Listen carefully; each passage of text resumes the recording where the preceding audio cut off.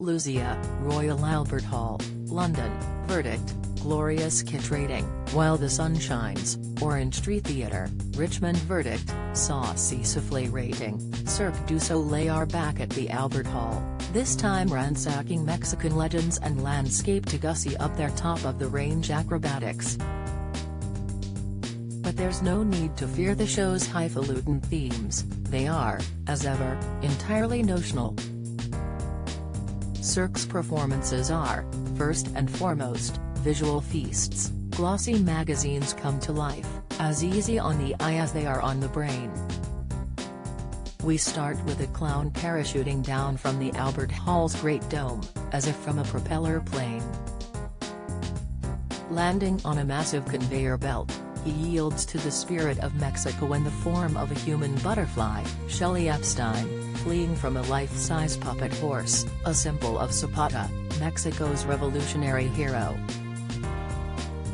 Then it's on to a set of hoop jumpers dressed as hummingbirds, representing the souls of the heroic Aztec dead. Billed as a waking dream, one act flows into another on the huge revolving stage, itself under a giant burnished disc which doubles as an Aztec sun and screen bearing psychedelic projections. We, the audience, dutifully marvel as girls on the trapeze and in sear wheels, like giant metal hula hoops, conjure up the Mexican desert. Then it's on to a more urban image of Mexico. A slack rope walker tries to impress a girl in a bar by standing on his head. He is followed by street performers doing keepy-uppies with a football. I doubt even Lionel Messi can break dance with a ball held between his foot and shin. And so it goes on. Acrobats are showered in tropical storms, others slither from poles in a garden of heavenly delight. A shirtless youth swings down on straps to bathe in a forest pool, as a puppet jaguar, cat not car, watches. Meanwhile, a mournful Mexican trumpet accompanies a contortionist so good he elicits groans of disgust from the crowd, and the whole show is bathed in music, played by a band wearing alligator heads. From end to end, it's fantastically photogenic, but pricey, too, with seats in the stalls going for £147 plus add-ons. While the Sun Shines is a more affordable treat, a giddy farce by Terence Rattigan set in the Blitz and resting cozily in a fine set of comic stereotypes. Airhead playboy Bobby, the Earl of Harpenden, is engaged to Lady Elizabeth Randall, a charming ingenue from Inverness. Trouble brews when a Yank Lieutenant Bobby met at a nightclub falls for Elizabeth. Cue consternation from Elizabeth's duffer father, and amusement on the part of Bobby's fun-loving sweetheart, Mabel Crumb. Rattigan's Shakespearean plot ensures each of the characters ends up with the right partner. Philip Labey lends Bobby a touch of lovable camp, Connor Glean imbues his American with genial innocence, and Rebecca Collingwood makes Elizabeth an eager puppy. But the find of the show is Sophie Conlevy, as pouting party girl Mabel. Paul Miller's delightful production ends tomorrow. Happily, it will be streaming online from January 21 to 24, Orange Tree Theatre. Co.uk. Bravo for the bad guy in A Fine Figaro. The Marriage of Figaro, Royal Opera. Verdict: a jolly good show rating. Of the three masterpieces Mozart wrote to libretti by Lorenzo da Ponte, La Nozze di Figaro has to be the funniest. The end of Act 2 is one of the most hilarious half hours of music in opera.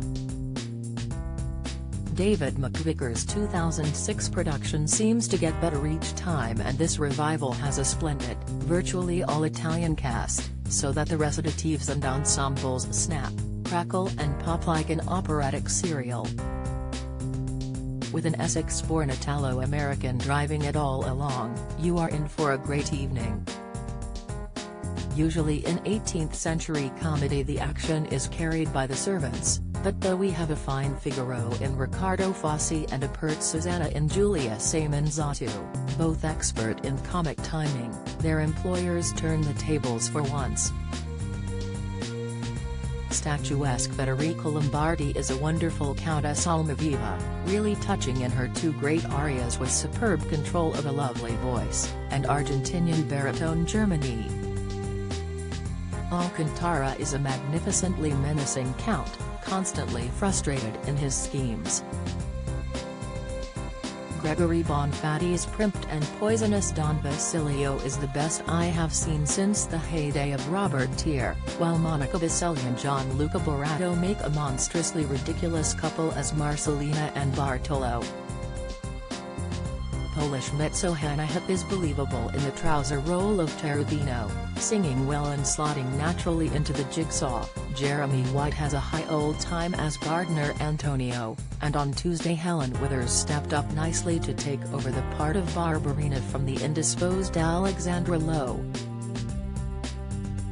Antonio Pappano made a heartfelt speech, dedicating this revival to Bernard Haitink's memory, then kept the action bubbling beautifully, bringing out Mozart's subtle, sinuous woodwind writing and relaxing just the right amount for the arias.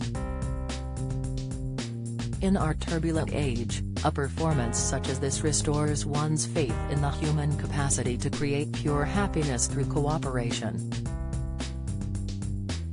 Havers and Hodge find love and leg cramps, private lives, on tour verdict, vintage coward rating, we lost each other, says a wistful Nigel Havers-Elliott, looking out to sea over the Deauville Hotel balcony on the first night of his second honeymoon, explaining to Sybil, his sweet, slightly shrill new squeeze, the collapse of his first marriage. In Noel Coward's delicious comedy of appalling manners, the divorces are soon to find one another.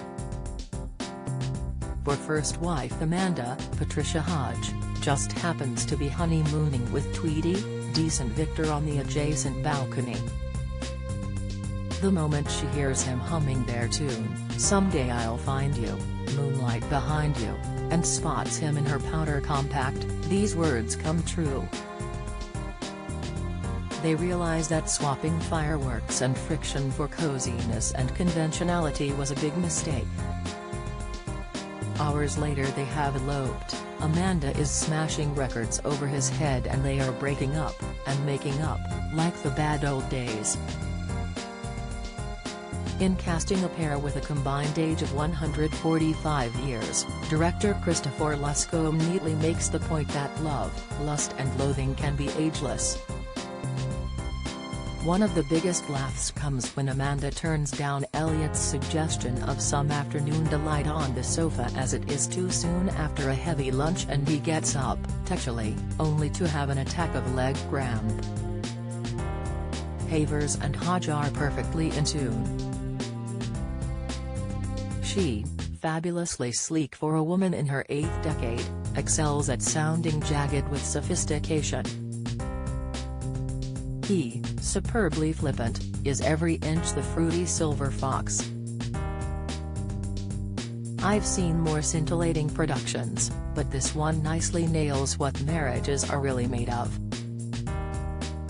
The show is at Marlow Theatre in Canterbury from Monday before continuing on tour. For dates visit ents24.com/uk/tour dates/private lives.